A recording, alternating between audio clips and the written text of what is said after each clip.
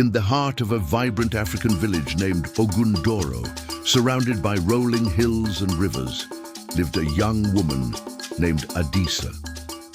Known far and wide for her breathtaking beauty, her name meant one who is clear and visible, a fitting description for someone who stood out in every crowd. Yet beneath her radiant exterior lay a heart clouded by greed and ambition.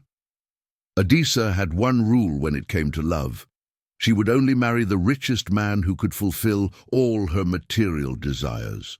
Her mother, Mama Tinu, often warned her, saying, "Adisa, a tree that only seeks the rain of today may not survive the drought of tomorrow." But Adisa brushed off the wisdom, saying, "Mama, love without wealth is like soup without salt. It is tasteless." Many suitors came to Adisa, bringing gifts of yam, beads, fine cloth and livestock. But Adisa always had excuses. Kofi, a hard-working farmer, was too plain.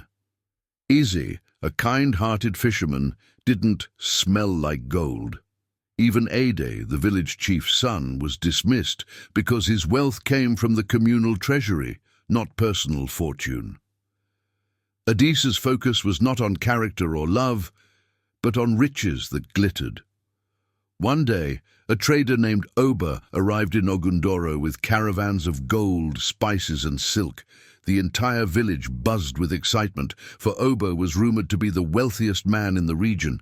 His clothes shimmered in the sun, and his charm could melt the hardest of hearts. When Oba met Adisa, he was smitten by her beauty. He proposed to her, saying, "Adisa, I will make you the queen of all my treasures. Marry me, and you shall never want for anything." Adisa was thrilled, but tested him, saying, "If you truly value me, prove it. Build me a mansion by the river with golden pillars and diamond-studded doors." Oba, eager to prove his love, promised to return in 6 months with the mansion completed. But 6 months turned into a year, and then another. Oba never returned. It was later revealed that his caravan had been ambushed by bandits, leaving him destitute. Instead of reflecting on the fleeting nature of riches, Adisa merely said, "If Oba couldn't deliver, he was not worthy of me." As the years rolled by, Adisa remained steadfast in her quest for wealth. But her beauty, once her greatest asset, began to fade. The younger women of Ogundoro grew into stunning maidens, and the suitors who once flocked to Adisa's doorstep now turned their attention elsewhere. Adisa began to notice that the women who chose love and character over wealth were living joyful lives. Kofi, the farmer, built a thriving plantation with his wife. Eze, the fisherman, opened a fish market with his supportive spouse. Even Ade, the chief's son, found happiness with a woman who appreciated his leadership. Adisa, however, remained alone. One evening, as the village celebrated the marriage of the youngest maiden, Adisa sat by the river.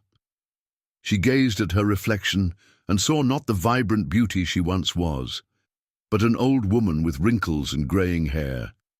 Tears rolled down her cheeks as she whispered, "I traded love for riches that never came. Now I am as empty as the promises I once sought." Her mother's words echoed in her mind. "A tree that only seeks the rain of today may not survive the drought of tomorrow." The villagers tell Adisa's tale as a cautionary story to their children. They remind them that character, love, and shared dreams build a life far richer than gold or diamonds. Adisa spent the rest of her days in solitude, becoming a symbol of the emptiness that comes from chasing superficial desires.